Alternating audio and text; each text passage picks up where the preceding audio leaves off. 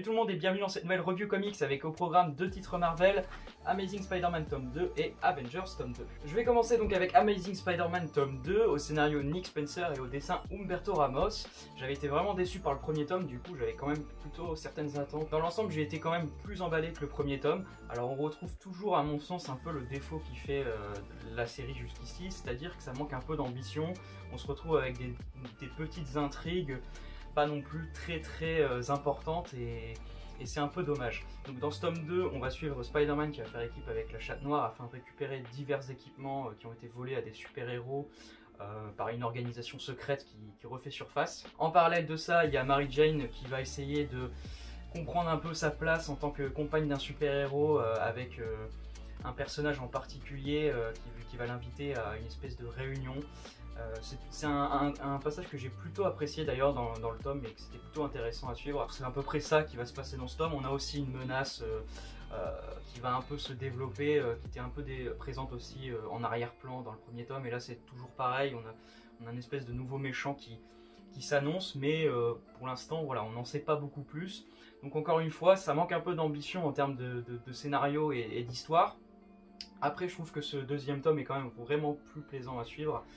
Avec une histoire et des personnages plus intéressants. J'aime beaucoup le duo Spider-Man Chatte Noire, ça fonctionne très bien. L'écriture de Spencer est vraiment cool et je trouve qu'il a bien réussi à faire quelque chose d'assez cool à suivre pour les deux personnages. Comme je l'ai déjà dit aussi, l'histoire avec Mary Jane en parallèle est vraiment cool et apporte certains éléments plutôt sympas pour le personnage qui essaye un peu de trouver sa place dans la vie d'un super-héros quand on n'est pas un super-héros tout simplement. Donc c'est plutôt cool et ça j'ai bien aimé. Donc voilà, c'est toujours un peu trop calme quoi, ça manque toujours un peu d'envergure, mais quand même beaucoup plus plaisant à suivre, j'ai trouvé ce tome 2. Au niveau des dessins, on a Humberto Ramos, là-dessus j'ai rien à dire, c'est impeccable. C'est un dessinateur qui est habitué au personnage, il a fait beaucoup d'épisodes durant le run de Dan Slott. Et donc là, c'est toujours aussi impeccable. Moi j'adore ce dessinateur, je trouve qu'il est très bon sur le personnage de Spider-Man, c'est dynamique, les pages sont impressionnantes, voilà, là-dessus rien à dire, c'est impeccable. Si vous suiviez depuis quelques années Spidey, vous n'allez pas être dépaysé, donc rien à dire pour les dessins, c'est comme le tome 1, irréprochable. Dans l'ensemble, je vous recommande vraiment ce tome 2. Si comme moi vous avez été déçu, jetez un oeil parce que vraiment j'ai bien aimé ce tome 2 et je suis curieux de voir la suite et j'espère que tout de même après Nick Spencer va un peu passer la seconde et proposer des histoires un peu plus ambitieuses, mais bon, en tout cas moi j'ai bien aimé. On continue avec Avengers tome 2, toujours scénarisé par Jason Aaron, et au dessin on retrouve Sarah Pichelli, David Marquez et Ed McGuinness. J'ai adoré le premier tome, donc forcément j'étais très impatient de lire la suite et j'ai pas du tout été déçu, c'est toujours aussi bon. Au niveau de l'histoire, dans ce deuxième tome, on a une première partie avec l'Atlantide qui va tout simplement déclencher les hostilités avec la surface. Donc qui dit Atlantide dit Namor, donc c'est lui le personnage qui va vraiment être au centre de cette première partie. Et dans un second temps, on a tout simplement différentes histoires avec les vampires qui vont être mises en avant, ainsi qu'un cliffhanger de tome nous laissant voir un nouveau personnage entrer dans l'équipe. Je suis très curieux de voir ce que ça va donner, parce que c'est pas un personnage qu'on a forcément l'habitude de voir au sein des Avengers.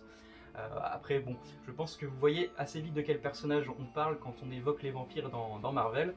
Mais en tout cas, voilà, très impatient de voir ce que ça va donner à l'arrivée de ce personnage dans l'équipe, donc on verra tout ça dans le prochain tome. Ce que j'ai beaucoup aimé aussi, même si c'est assez avare dans ce deuxième tome, c'est tout simplement toute l'histoire autour des Avengers préhistoriques avec Odin et les différents personnages comme Ghost Rider, Iron Fist, etc. mais à la préhistoire. C'est hyper intriguant et j'ai vraiment envie d'en savoir plus. On a d'ailleurs dans ce deuxième tome une première histoire qui ouvre le tome avec le Ghost Rider préhistorique. Et là aussi, c'est vraiment super à suivre et je suis assez intrigué de voir comment tout ça va évoluer, ainsi que les autres personnages donc, de cette équipe d'Avengers de la préhistoire. En milieu de tome, Jason Aaron va aussi teaser pas mal de choses et on sent clairement que le scénariste a beaucoup d'idées. Et pour le coup, là, on voit clairement que tout ça va être assez épique à suivre. Donc encore une fois, très curieux de voir la suite des événements. Dernière chose que j'ai beaucoup aimé, c'est tout simplement les personnages et leur écriture. Ça fonctionne hyper bien.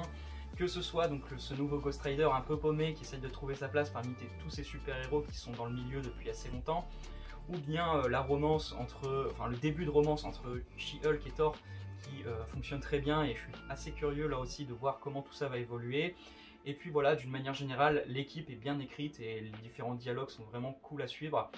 Aussi, ce que j'ai beaucoup aimé, c'est que Jason Aaron décide dans cette équipe d'Avengers de faire T'Challa, donc Black Panther, le chef des Avengers. Et pour le coup, ça fonctionne très bien. Le perso est vraiment bon dans ce rôle. Et là aussi, donc encore une fois, un très bon point de la part de Jason Aaron de changer un peu ce rôle-là qui est souvent attribué à Captain America d'habitude. Niveau dessin, vous l'avez compris, on est très gâté dans ce deuxième tome.